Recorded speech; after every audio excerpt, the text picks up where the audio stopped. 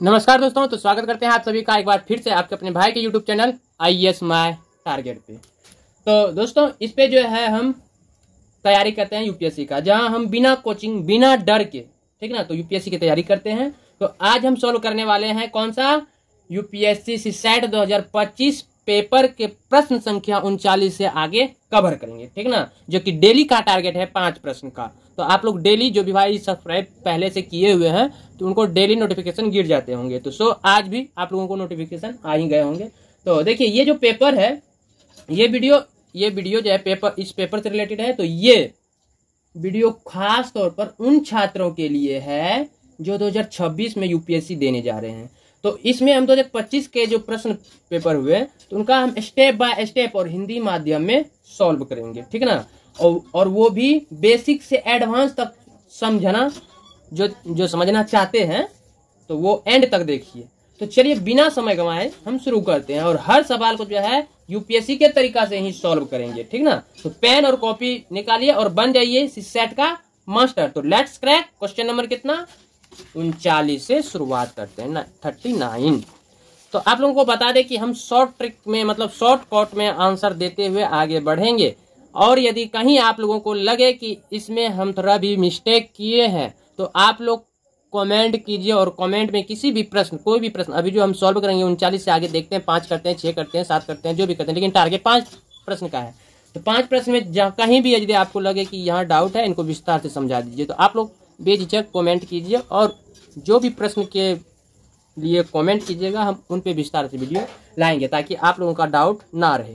Clear? तो चलिए प्रश्न संख्या 39 आपके स्क्रीन पे है। तो प्रश्न संख्या 39 देखिए क्या कह रहे हैं, और आप लोग भी पेन और कॉपी रखिए और सॉल्व करने का प्रयास कीजिएगा। तो थोड़ा देर के लिए वीडियो स्टॉप कर दीजिएगा, मतलब 20 से दाब के स्टॉप हो गए, उसके बाद आप सॉल्व कर लीजिएगा, फिर ऑन कर दीजिएगा।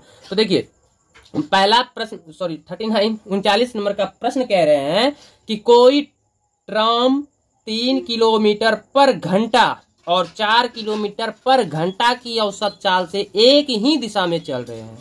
तो दो व्यक्तियों X और Y से आगे निकलती है और उनको क्रमशः 8 सेकेंड और 9 सेकेंड में पूरी तरह पार कर जाती है।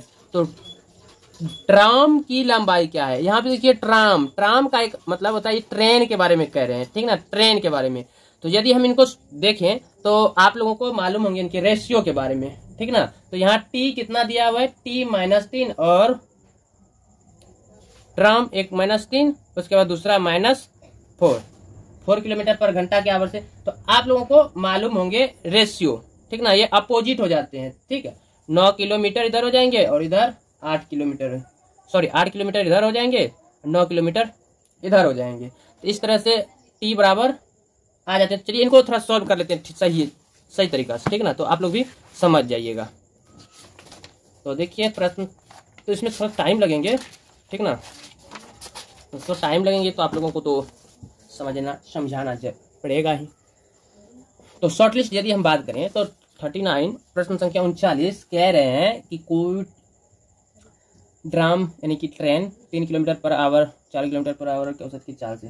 तो देखिए जब कोई ट्रेन एक ही दिशा में चल रहे हैं तो व्यक्ति को पार करती है, तो ट्रेन की सापेक्ष गति, ट्रेन की गति और व्यक्ति की गति का अंतर होती है। क्लियर है? तो ट्रेन की लंबाई निकालनी है। यहाँ पे पहले ट्रेन की लंबाई बराबर, देखिए सूत्र होता है ना, ट्रेन की लंबाई बराबर क्या सूत्र हो जाएंगे, सापेक्ष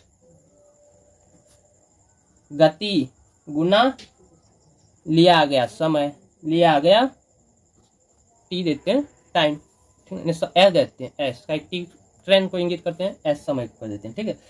तो सापेक्ष गति और गुना लिया गया समय होंगे। तो हमको जो है पहले सापेक्ष गति की गणना करनी होगी। तो व्यक्ति X के लिए यदि हम बात करें तो यहाँ पे देखिए X और Y है, तो हम यदि X के लिए बात करें तो मान लीजिए, माना X बराबर जो है VT है, ठीक ना, VT है।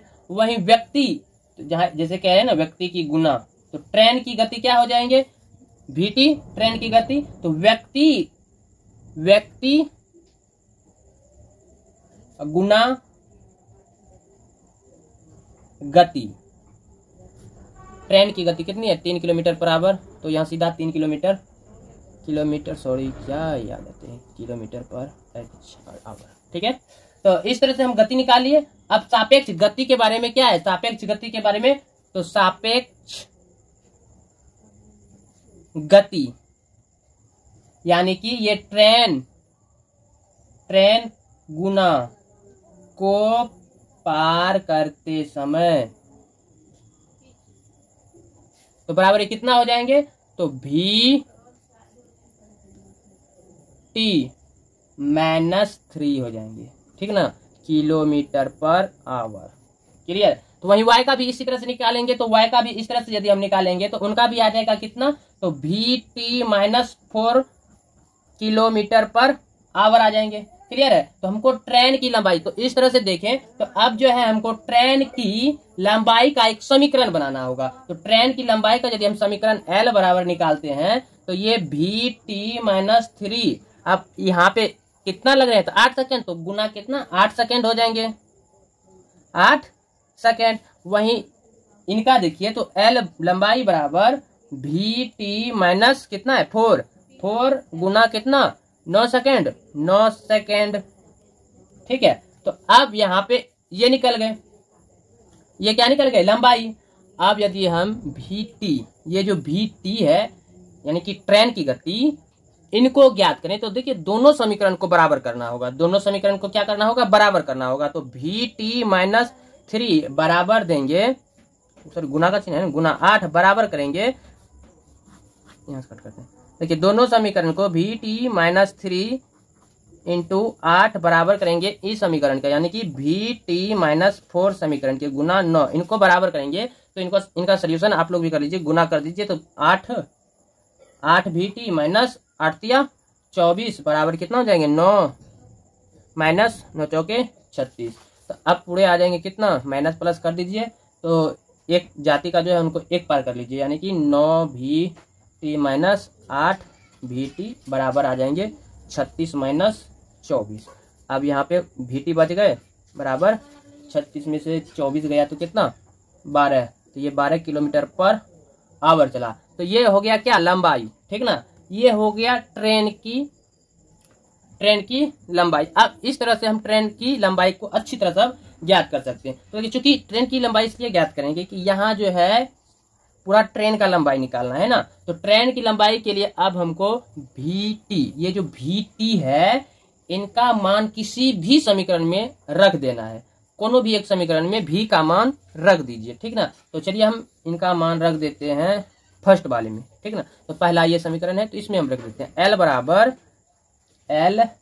बराबर हो जाएंगे वी टी, तो वी टी का मान कितना है 12 -3 इंटू 8 है, रख दिए। यदि आप 2 में रखिएगा तो कोई दिक्कत नहीं, 2 में भी रखिए, तो हम 1 में रखिए, 1 समीकरण में रख दिए इनका मान लंबाई का। तो आप इस तरह से देखिए कितना आ जाते हैं, 9 गुना 8, तो L बराबर 72 किलोमीटर पर सेकेंड। ठीक ना, पर सेकेंड आ गए। तो अब यहाँ पे जो है हमको मिनट में बदल, सॉरी ये 72 किलोमीटर पर सेकेंड हुए, तो हमें इसे मीटर में बदलना होगा, किलोमीटर में है ना तो इसको हम मीटर में बदलना होगा, ताकि गति किलोमीटर पर आवर में है और समय जो है सेकेंड में है, तो इसलिए हमको जो है यहाँ पे किलोमीटर से पर आवर में यानी कि मीटर पर सेकेंड में बदलना होगा। तो देखिए 1 किलोमीटर पर आवर बराबर कितना हो जाएंगे, तो 5/18 मीटर पर सेकेंड। तो वहीं 9 किलोमीटर बराबर क्या हो जाएंगे, 9 किलोमीटर पर आवर बराबर हो जाएंगे 9 गुना 5/18। ठीक ना, मीटर पर सेकेंड, 9 1 9 दूना यानी कि 5/2 मीटर पर सेकेंड हो गए। अब इन्हीं का L, अब जो है L बराबर निकाल दीजिए, तो L बराबर 5/2, ये मीटर पर सेकेंड है, गुना क्या आ जाएंगे 8, यहाँ इसी समीकरण पे लाए। ठीक है ना, 8 आ जाएंगे, तो 2 1 में 2 चौके 8, तो बचा क्या, L बराबर 5 गुना 4 बराबर 20 मीटर। ठीक है ना, 20 मीटर हो गए। तो अब देखिए इनका ये आंसर हो गया 20 मीटर। तो अब ऑप्शन में देखिए 20 मीटर कहाँ पे, सी में, तो इनका मतलब ऑप्शन सी इनका सही जवाब है। क्लियर है। तो इस तरह से देखिए कितना बहुत ज़्यादा टाइम लग जाते हैं। लगभग हमने 12 मिनट ले लिए होंगे प्रश्न संख्या 1 को ही कवर करने में, यानी कि 39 को। तो इस तरह से हमको सॉल्व नहीं करना है। बाकी जिसको डाउट होंगे तो आप डाउट को पूछिए और हम उनका पूरा विस्तार से विश्लेषण देंगे। तो चलिए फटाफट 5 प्रश्न को कवर करना होगा लगभग कितना मिनट में, 7 मिनट के अंदर में आगे। तो प्रश्न संख्या 40 देखिए क्या करें, ये बहुत ही इजी लग रहा है। यदि n स्क्वायर बराबर 1 2 3 4 5 6 7 8 9 8 7 6 5 4 3 2 1 है तो संख्या n में कितने अंक है। तो सबसे अधिक आप लोगों को मालूम होंगे, इनका 1 स्क्वायर कीजिए कितना होंगे। यदि इनका 1 का स्क्वायर कीजिएगा तो 1 ही आते हैं, है ना। 1 का यदि आप स्क्वायर कीजिएगा तो कितना आएंगे, 1 ही आएंगे। वहीं यदि आपको बोलेंगे 11 का स्क्वायर करने के लिए तो कितना आएंगे, तो 121, यानी कि कितना अंक आ रहे हैं, तो 2 अंक आ रहे हैं। यदि 111 का कह देंगे 111 का तो कितना आएंगे, तो 1 2 3, कितना अंक आए, 3। अब यहाँ से उल्टा हो जाएंगे 2 1, ठीक ना। तो इस तरह से आगे आते जाते हैं। तो उसी प्रकार n का सर्वाधिक मान को देखना है, तो n का सर्वाधिक मान इसमें कौन सा है, 9। तो यानी कि 1 2 3 4 5 6 7 8 9 पे स्क्वायर कर दीजिए, यही इनका क्या हो जाएंगे, मान, ठीक ना। तो सर्वाधिक कितने अंक है, तो अब 9, तो 9 कहाँ में, ऑप्शन बी में, तो ऑप्शन बी इनका सही जवाब होंगे। क्लियर। अब प्रश्न संख्या 41 को देखते हैं। तो देखिए प्रश्न संख्या 41 जो है आपका परिच्छेद से रिलेटेड है। तो स्क्रीन पे आप लोगों को परिच्छेद लगा दिए हैं, आप लोग भी पढ़िए और हम भी पढ़ते हैं। तो देखिए परिच्छेद क्या कह रहे हैं, परिच्छेद कह रहे हैं अनेक देश यह वायदा कर रहे हैं कि वे अगले 30 वर्षों में निवल शून्य कार्बन तक आ जाएंगे, अर्थात घरेलू उत्सर्जनों को घटकर शून्य के निकट आ जाना होगा। एक अग्रणी जलवायु वैज्ञानिक यह मानते हैं कि अधिक से अधिक मांग पक्ष उपायों जैसे कि व्यक्तियों और परिवारों के व्यवहार परक परिवर्तनों के माध्यम से आधा न्यूनीकरण प्राप्त किया जा सकता है, और उसे भी यह अपेक्षा होगी कि पूर्ति पक्ष निवेशकों के माध्यम से परिवर्तन लाने हेतु कंपनियां और सरकारें अधिक प्रोत्साहन प्रदान करें, ताकि न्यून कार्बन विकल्पों को अपेक्षाकृत अधिक सस्ता और अधिक विस्तृत रूप से उपलब्ध बनाया जा सके। ठीक है। तो अब हम प्रश्न संख्या 41 को देखते हैं। तो प्रश्न संख्या इन्हीं से रिलेटेड है। तो देखिए निम्नलिखित में से कौन सा एक कथन इस परिच्छेद के केंद्रीय विचार को सर्वोत्तम रूप से प्रतिबिंबित करती है। ठीक है ना। तो चलिए पढ़ते हैं कथन ऑप्शन को। निवल शून्य कार्बन तक जाना केवल घरेलू उत्सर्जनों में न्यूनीकरण लाकर ही संभव है, सिर्फ इससे संभव होता तो कब का कर देते हैं। भी लोगों में न्यूनी कार्बन व्यवहार उन्हें प्रोत्साहन देकर ही लाया जा सकता है, ये भी गलत है। न्यून कार्बन प्रौद्योगिकियों का प्रयोग कर लोगों को अपेक्षाकृत सस्ती वस्तुएं और सेवाएं उपलब्ध कराई जा सकती है, बिल्कुल कराई जा सकती है, ये सही बात है। बाकी जो विनिर्माण उद्योग न्यूनी कार्बन प्रौद्योगिकियों का प्रयोग करते हैं उन्हें अपदान यानी कि सब्सिडी प्रदान किए जाने चाहिए, बिल्कुल गलत बात है। तो ऑप्शन सी जो है इससे मिलते हैं, यानी कि यह सीधे तौर पर जो है इस विचार के अनुरूप है। तो न्यूनी कार्बन विकल्पों जिसमें कि न्यून कार्बन प्रौद्योगिकियां शामिल होगी, तो ये जो है सस्ता और अधिक सुलभ बनाया जाना चाहिए। यह कथन परिच्छेद में उल्लेखित सहयोगात्मक प्रयासों से प्राप्त एक महत्वपूर्ण परिणाम को दर्शाता है, इसलिए ऑप्शन सी हम इनको टिक करते हैं। बाकी आप लोग किसको टिक करते हैं आप लोग डिसाइड कर लीजिए, क्योंकि परिच्छेद सामने दिया हुआ है। वही प्रश्न संख्या 42 को देखिए। प्रश्न संख्या 42 का उपरोक्त परिच्छेद के संदर्भ में निम्नलिखित पूर्व धारणाएं बनाई गई है। तो पूर्व धारणाएं बनाई गई है, तो देखिए कौन सा धारणा बनाई गई है। पहला कह रहे कंपनियों में पूर्ति पक्ष निवेश के परिणाम स्वरूप लोगों में न्यूनी कार्बन का व्यवहार आ सकता है, बिल्कुल सही बात है। यह सीधे तौर पर जो है इस विचार का समर्थन करता है कि आपूर्ति पक्ष निवेश से लोगों में न्यूनी कार्बन व्यवहार आ सकता है, क्योंकि इससे विकल्प अधिक सुलभ और किफायती हो जाते हैं। तो इसलिए धारणा एक जो है ये परिच्छेद मतलब कथन जो है कथन एक सही है।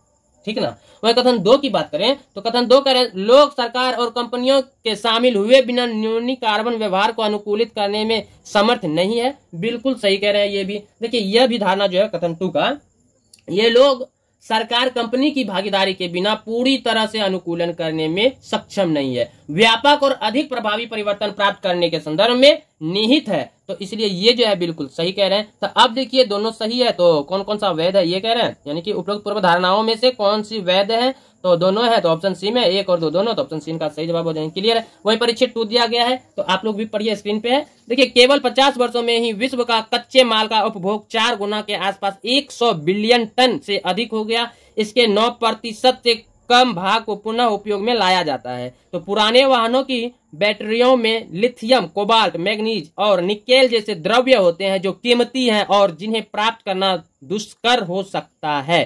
तो पूर्ति श्रृंखलाएं लंबी और जटिल है। तो पूर्तिकर्ताओं के निकृष्ट वातावरणीय और श्रम मानक उनके खरीदारों के जोखिम को बढ़ा देते हैं। तो सामग्रियों के पुनः उपयोग करने में समझदारी है। एक बार जब बैटरियां अपने जीवन के अंतिम चरण पर पहुंच जाए, उन्हें पुनः फैक्ट्री में ले जाकर उनके संघटकों को पुनः प्राप्त किया जा सकता है और नई बैटरियों में डाला जा सकता है। ठीक है, तो आगे प्रश्न संख्या 43 देखिए क्या कहें।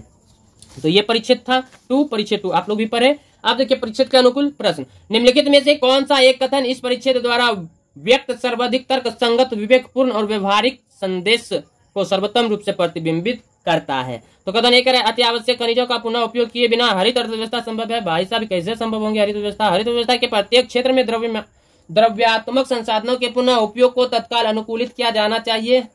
अर्थव्यवस्था के प्रत्येक क्षेत्र में द्रव्यमानों के संसाधनों के पुनः उपयोग को तत्काल अनुकूलित, बिल्कुल गलत बात है ये भी।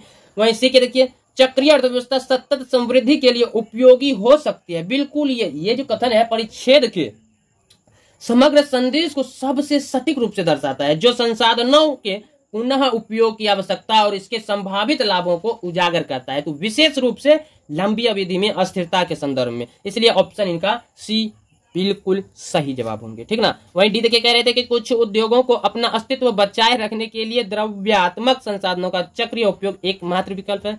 बिल्कुल गलत कह रहे हैं। तो देखिए अब प्रश्न संख्या 44, प्रश्न संख्या 44 क्या कह रहे हैं? उपरोक्त परिच्छेदों के संदर्भ में निम्नलिखित पूर्व धारणाएं बनाई गई। पहला कह रहा है वाहन फैक्ट्रियां चक्रीय, वाहन फैक्ट्रियां जो है चक्रीय अर्थव्यवस्था के उदाहरण है। वाहन फैक्ट्रियां चक्रीय, ये चक्रीय का नहीं है। यदि चक्रीय का रहता चक्रीय अर्थव्यवस्था का तो ये सभी सही होता है। ये गलत है, कथन एक गलत है। वह कथन 2 देखिए क्या कह रहे हैं, आर्थिक समृद्धि खनिज संसाधनों के चक्रीय उपभोग से सुसंगत होती है।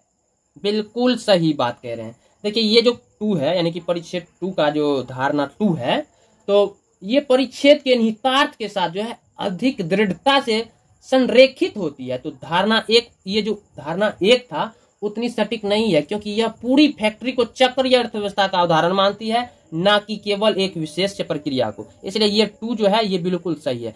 अब प्रश्न का जो है ऑप्शन देखिए कौन सा, पूर्व धारणाओं में से कौन सी वेद है? तो कौन सा सही है? 2 है सही, तो केवल 2 का बी में, तो ऑप्शन बी इनका सही जवाब हो जाएंगे। क्लियर है। अब प्रश्न संख्या 45, तो देखिए प्रश्न संख्या 45 को कल कवर करेंगे। वैसे भी 20 मिनट ले लिए हैं आप लोगों को, जैसा कि वादा किया कि 7 मिनट में जो है 5 प्रश्न को कवर करना है। लगभग 39 प्रश्न संख्या 39 में आप लोगों का ज्यादा समय ले लिए।